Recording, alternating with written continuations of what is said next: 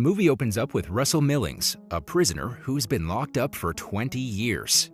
He often remembers his past and the crime he committed. But one day, his thoughts are suddenly interrupted by a prison guard who tells him to hurry up because it's the day of his release. Hearing this, he begins packing his belongings from the prison cell, including a piece of newspaper. Millings is then given a pair of fresh clothes to change into, and after completing some paperwork, he is taken outside the prison. In the next scene, we see Millings getting a job for himself and working at a diner.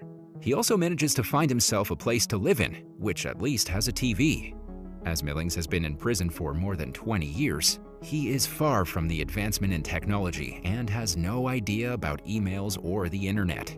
He just spends his nights eating food and watching movies on TV. The following day, Millings visits an officer who explains that reports should now be sent via email instead of in person.